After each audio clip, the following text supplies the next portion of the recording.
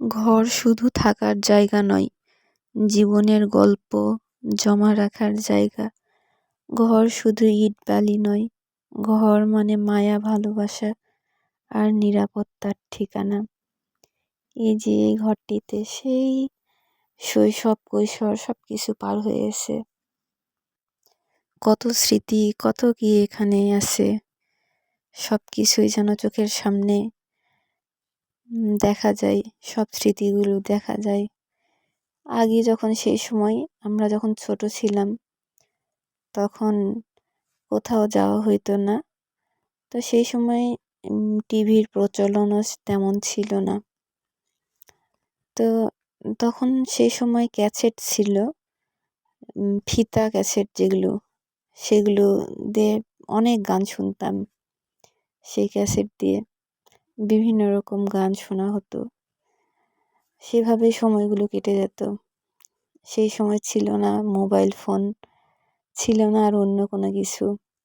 সেই সময় খেলাধুলা এবং ঘরে আসলে গান শোনা, মজাটাই সেটার আলাদা ছিল।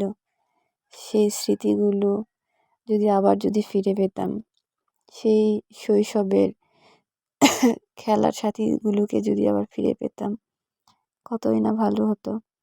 এই যেটা দেখালাম আমার ঘর, এরপর এদিকে এই যে আমরা যাচ্ছি, আজকে সব কিছু দেখাবো, কোথায় থাকি, কি করি। এটি কিন্তু মাটির দোতলা। অনেকেই আমার কাছ থেকে শুনেছিল যে আমাদের মাটির দোতলা, তো অনেকেই হয়তো দেখেনি বা অনেকে বিশ্বাস করতে চায় না যে আসলে মাটির কি দোতলা হয়। আমি বলেছি হ্যাঁ হয়। তো এই নিয়ে একদিন একটা ভিডিও করব, তখন আপনারা দেখতে পাবেন যে আসলে মাটির দোতলা হয় কি না। তো আপনারা হয়তো মনে করবেন যে এটি ইটের হয়তো বা না, এটি আমার বাবার কুঁড়ে ঘর।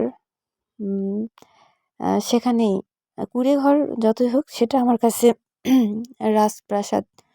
বাবার যেটাই হোক না কেন, বাবার কাছে মেয়েরা রাজকন্যা, আর সেই কুঁড়ে ঘরই আমার কাছে রাজপ্রাসাদ আমি মনে করি, এবং সবাই এটাই মনে করে।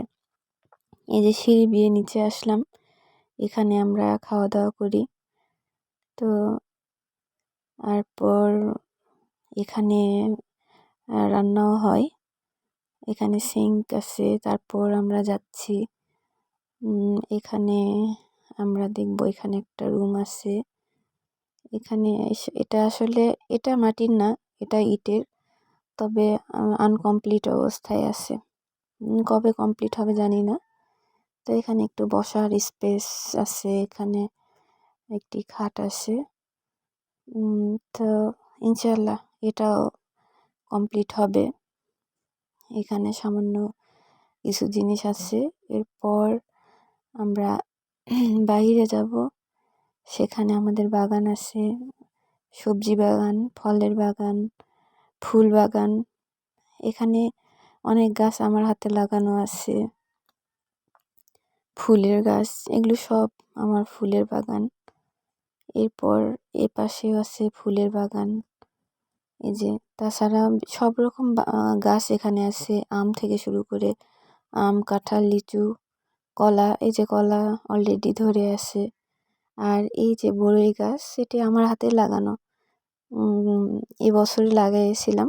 ইনশাল্লাহ বড়ই পেয়েছি। এই গাছটি একদম অনেক দূর থেকে বুকে করে এই গাছটি নিয়ে এসেছিলাম, কেনার পর লাগাইছি। আলহামদুলিল্লাহ আজকে বড়ই ধরেছে, অনেক ভালো লাগতেছে যে কষ্ট করে পরিশ্রম করে একটা জায়গা থেকে নিয়ে আসছি।